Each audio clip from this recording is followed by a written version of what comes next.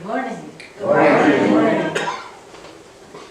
I almost didn't make it. Ron did not want me to leave. Here you put the mic down. Down? Is that better? Yeah. All right. My name is Linda Gill, and I'm a member of the Board of Trustees of this congregation. Welcome to you all.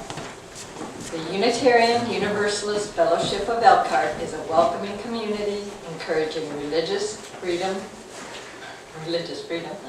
nurturing individual, spiritual, and ethical growth, celebrating diversity, and promoting a just and sustainable world. If you would like to learn more about this fellowship, please look at our website at uufe.org and join us after the service for our coffee hour. For the listening enjoyment of all, we ask that you at this time to please turn off all cell phones. Also, if you need hearing support, please ask for help at the sound desk. Thank you.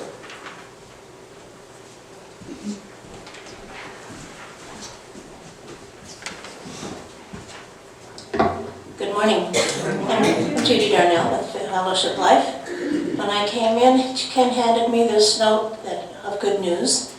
Elkhart County is back in the good green category for COVID exposures. We will still leave the information posted on the entry doors. Masks and hand sanitizer are available for anyone who wants to use these precautions. Okay. And I will be meeting with parents and others who are interested in our children's religious education today during coffee hour. We will meet in the office that we're using for Sunday school, so please grab your coffee or tea and join me. The Society of Radical Readers will meet at 7 o'clock on Friday in the old minister's office where Sunday school's people are going to meet. And we will discuss Dimitris Zyglatis' book, Ritual, How Seemingly Senseless Acts Make Life Worth Living. We will discuss the various rituals described in the book, the way they impact people's lives, and how rituals affect us both as individuals and as UUs. Okay, there will be a building and grounds the next day, Saturday, at 10 o'clock. And the next UUFE Euchre game will be February 12th at 4 p.m. There will not be soup available that month. It's not this month yet. So come enjoy playing euchre and feel free to bring your friends. Last week's attendance, both in person and over Zoom, was 57 adults and children, and the offering was $167, which will be shared with our food pantry. Thank you.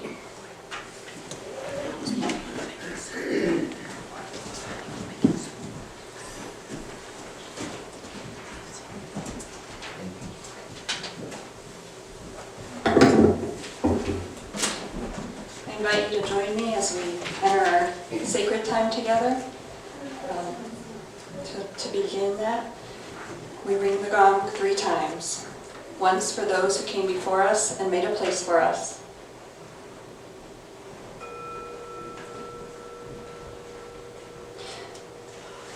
Once for those who are here now. And once for those who will come after us and build on the dream.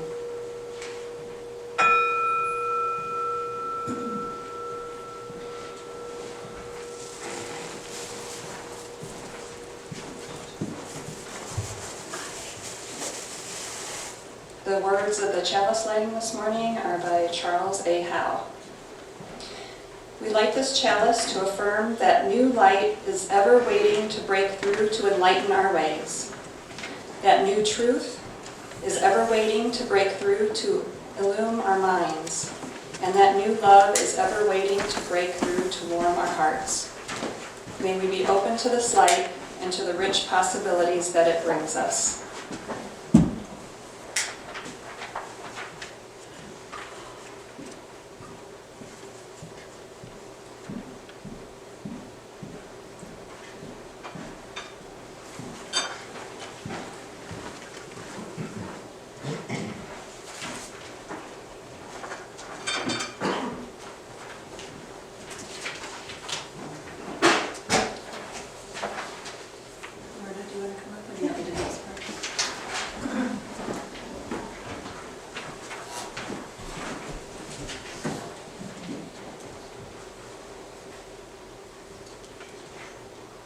Please join me now in our unison covenant. Love is the spirit of this church, and service is its law, to dwell together in peace, to seek the truth in love, and to help one another. This is our covenant. Please join us in singing hymn number 6, Just as Long as I Have Breath.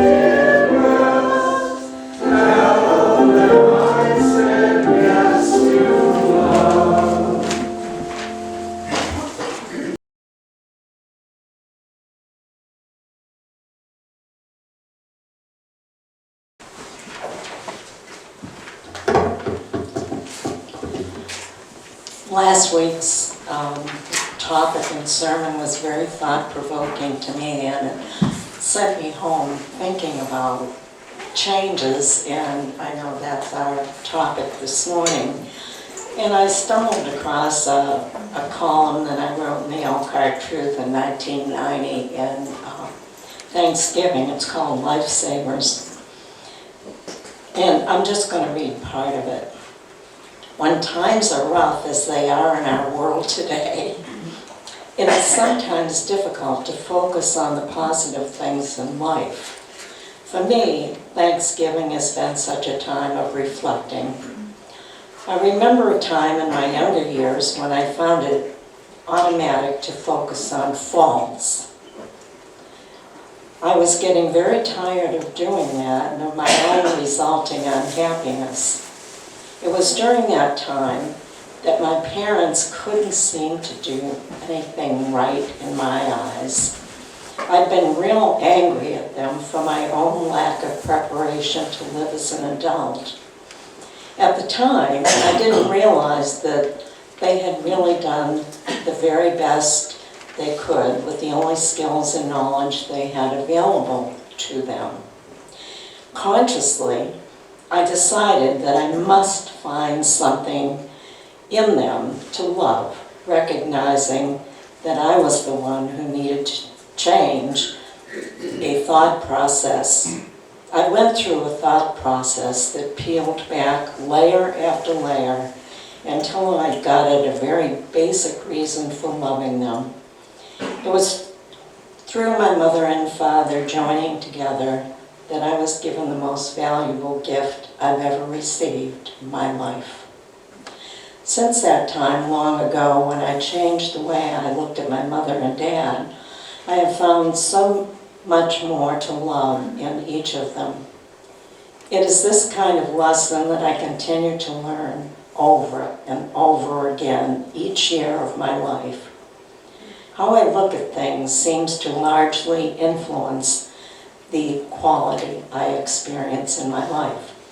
I went home last Sunday and I was flipping around the TV and I stumbled on the Griot channel. It's the African American channel. I'd never watched it. And there was a panel discussion on about how slow change is, like with segregation, with politics, etc. And towards the end, a female professor, Treva Lindsay from Ohio State University, talked about change, and even when you consciously decide to change, it takes a long time for that stuff to come out of you. And sometimes you relapse back. And so I reflected on how that happened in my life too. I remember when I separated from my husband, and for a year I didn't file for divorce. And it was kind of like, oh, maybe we can make it. No, it isn't going to happen.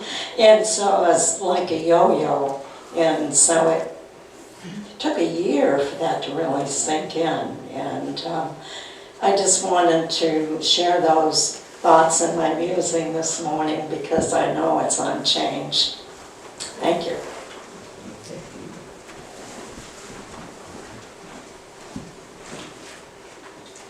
Now, if you will be so kind.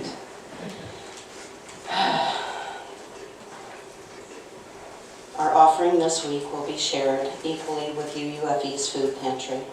Give and receive generously.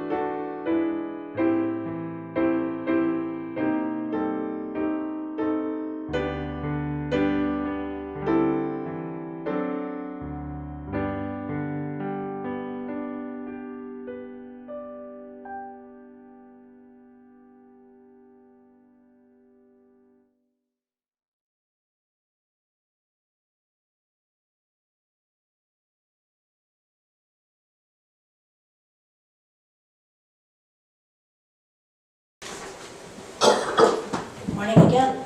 Good morning. After I titled this, and went into the focus, and went to the Church and Arts Committee, I realized that my reflections are more about a book. And I'm going to tell you about my story with that book. When I was 12, my family became members of a UU congregation. As such, my brother, sister, and I became proud, even arrogant about being superior to our conservative, superstitious relatives, and such people in general. This sufficed as the basis for my spiritual life for a while, but eventually I began to long for something more. So I turned to New Age authors and dabbled in Wicca. But there was more that I needed. At some point in this journey, I joined Overeaters Anonymous. Oh, thank you. Although it was a bit too Christian for me, I found support and value there. One thing I heard repeatedly was not to take anything personally, so I learned not to. I learned that people treated me according to how they were feeling about themselves, and that it had little to do with me. I also gained a lot of insight about myself and my family of origin by reading the Overeaters Anonymous book, and underlining, copying, and journaling about much of the passages that struck home. Gaining perspective, I was able to reduce much of the guilt and shame that I had been living with, but still I longed for more. And one year at my son's high school graduation, the keynote speaker discussed a new little book that he had read read and had great impact on him. It was The Four Agreements by Don Miguel Ruiz. I was impressed by the 4 simple premises to live by: be impeccable with my word, always do my best, don't take anything personally, and to make no assumptions. Not in that order. Okay. These seem to be much easier to remember, even in the wrong order, than the 10 Commandments. So I headed to Borders as soon as I could and purchased the book for myself. I was impressed by it too, and would later give copies to my children and to a number of other people. This book, as you can see, is a small one. 4 agreements, 4 chapters. Wrong. When I opened the book, I found 7 chapters, plus an introduction and an appendix, but it is still short and easy to read, but it offers quite a challenge. Before discussing the agreements, Don Miguel explains the fact that we've been making agreements all our lives. From the time we are born, we learn to agree with the words we are being taught. This is a table, and that is a chair. This word makes mommy smile. That word gets our mouth washed out. We learn to agree about behaviors. That sticking bobby pins in electrical sockets is bad, but sharing our toys with our siblings is good. That some values are better than others, and so on. All of this, according to Ruiz, is the process of domestication that allows us to function in the world. This made a lot of sense to me. This process teaches us about who we should be. We agree that we should always be a good boy or a nice girl, a star athlete, a good student, but it is not always easy. No matter how hard we try, we don't fit into all the pigeonholes that we are forced into. We agree, but we don't fit. Something must be wrong with us. The happy toddler who dances and giggles with unfettered self-confidence becomes the adult who feels inferior and who rejects their true self by trying to live up to those old agreements. The problem is not that we don't fit the pigeonholes, but sometimes the pigeonholes don't fit us. Sometimes we outgrow them, sometimes they never fit. For me, the pigeonhole that I could not fit into was that my thoughts and beliefs should conform to those that put forth by my father and not be the independent thinker that I was becoming as a teenager. This pigeonhole did not fit me. But Don Miguel has a solution. By implementing the 4 agreements, we can discover which of our agreements no longer work, and that we can replace them with agreements which support us and enable us to thrive. While the process may be simple, it is challenging and very rewarding.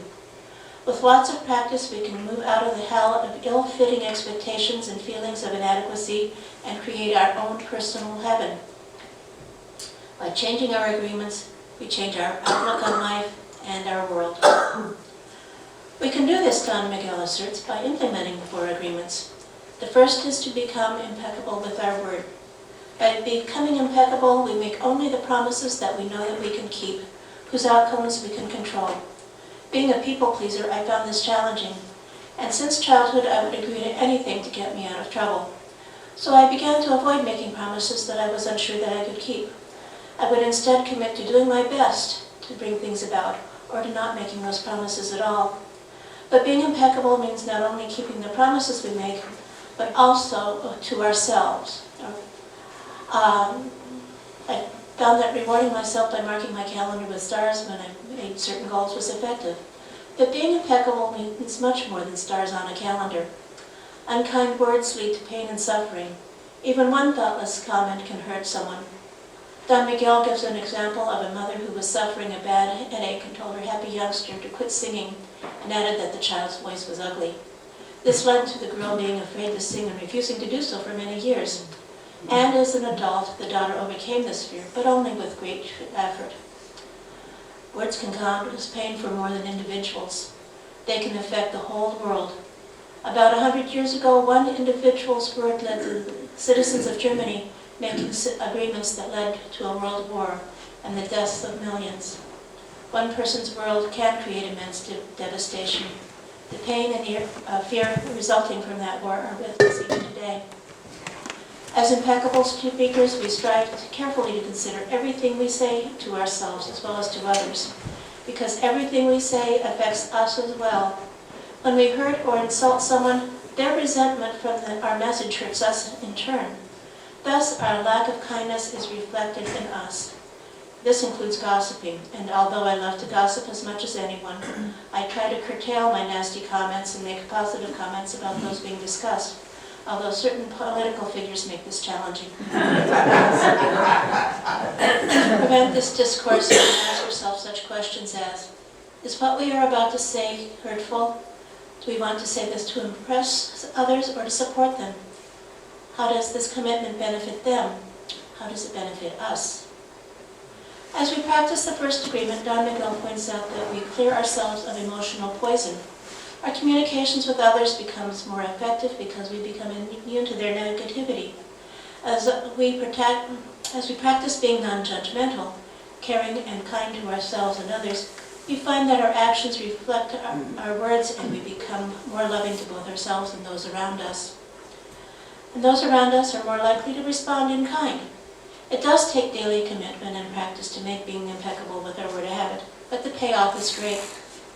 The second amendment, don't take anything personally, is one that we have heard before, usually after someone has said something that is upsetting us. This pain, according to Don McCall, comes from a part of us agreeing with the insult.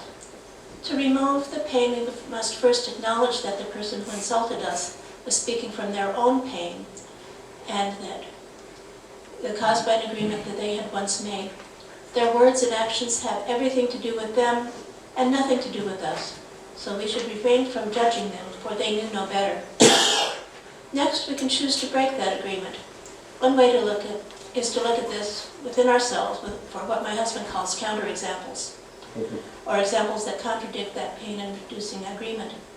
Perhaps we made an unwise choice or acted thoughtlessly, but there have been many times that we have chosen wisely and thoughtfully, and we will again. Often finding counterexamples is enough to release this belief. In finding them, we can create replacement agreements that we find more useful and satisfying. For example, we might replace, I agree with my brother who once called me stingy, with, I plan my spending, saving, and giving in order to live a comfortable life. However, not all agreements what we would like to dispel are so easily dealt with. In order to delve deeper and dispel stronger agreements, I suggest journal writing and EFT tapping that can be effective. For especially strong agreements, we can also find competent professional help. Whatever means we choose to deal with them, we do so without judgment, because these agreements made sense when we made them, but they no longer serve us. There are other times that we may celebrate for having saved the day. Boy, do we feel good with all the thanks and congratulations and compliments we get. Here too we are acting and reacting to an agreement about our words or actions. As good as it feels, we can learn to dissolve this agreement to find a place of emotional equanimity. I first noticed this quality when I was reading a murder mystery by the author Ellis Peters. The main character, a 12th century monk called Brother Cadfael, was able to say, I am not good at something with the same level of emotional as he would say, I am good at this. I call this quality true humility, the ability to express our shortcomings with no feelings of shame, pride, or inadequacy, and our strengths with no feelings of pride. It is a place of calm and peace that comes from knowing ourselves. It is a place of security, no matter what happens. This brings us to the third agreement, the one I keep forgetting. Don't make assumptions. This is something we are all good at. We have been doing it since we are infants trying to figure out the world, especially the adults on whom our very existence depended. Now, as adults, we continue the practice as a shortcut in our lives. We interact with almost everyone, assuming that we can understand the way they interact with us, their point of view, their emotional state.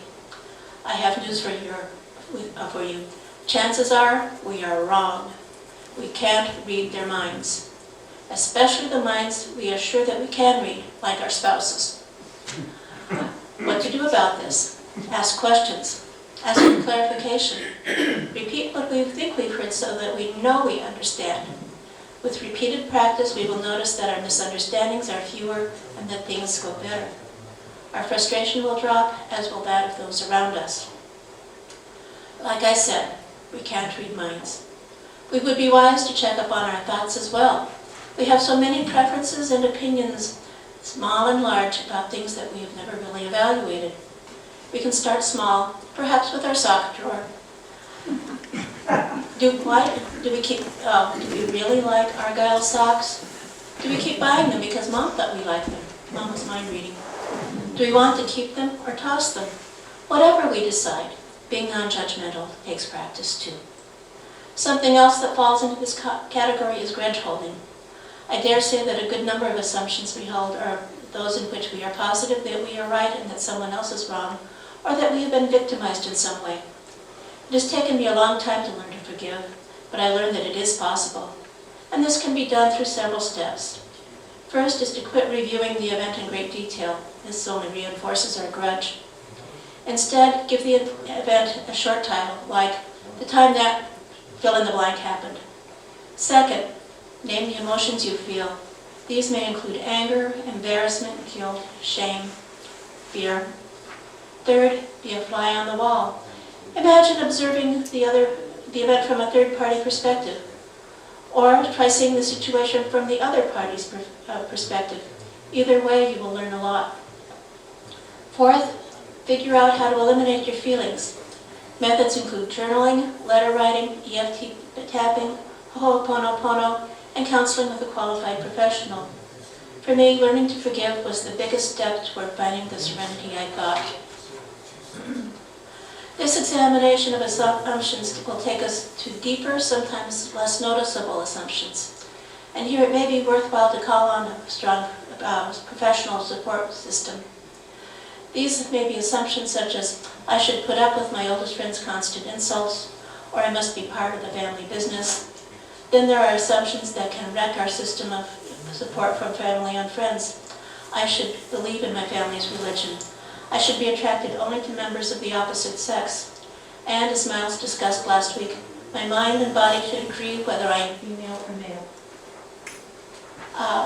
As tumultuous as dissolving these agreements can be, as difficult as it may be to create agreements that are true for us, doing so will give us the emotional and spiritual freedom we have been longing for and deserve. That brings us to the fourth agreement, the agreement that helps sustain ourselves. Always do our best. This reminds us to keep the other three agreements. This is a reminder that our best efforts will vary depending on how we feel, both physically and emotionally. Some days we may feel on top of the world, other days we may be sick or tired or overwhelmed by our calendars. Nonetheless, we put in the best effort we honestly can at that time and forgive ourselves for the discrepancy between our efforts with a bad cold and crowded schedule and what our efforts can be when we are healthy and energetic. Doing our best includes committing ourselves daily to practicing the four agreements. We practice because we are human and will never be perfect, even with these agreements. Doing our best also means to strive to be non-judgmental. It means remembering that everyone is doing their best they can with the agreements that they have made, just as we do. It means taking care of ourselves because being overextended physically or emotionally means that we are being unloving to ourselves. It means that we are judging ourselves by standards that are not true for us. For me, it means being honest with myself and admitting when I am trying to please someone at my own expense, such as last Christmas when I was coming down with what I thought was a cold. My granddaughter asked me to play hide and seek.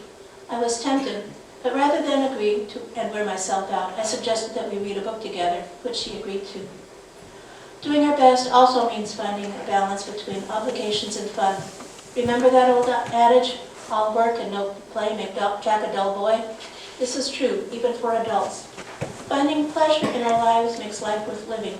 Spending time with our loved ones, doing pleasurable things, having new adventures, discovering new friends, new places, new flavors, new perspectives. Most of all, with the practice of the four agreements, we will create our own personal haven, no matter what is going on in the rest of the world. Thank you.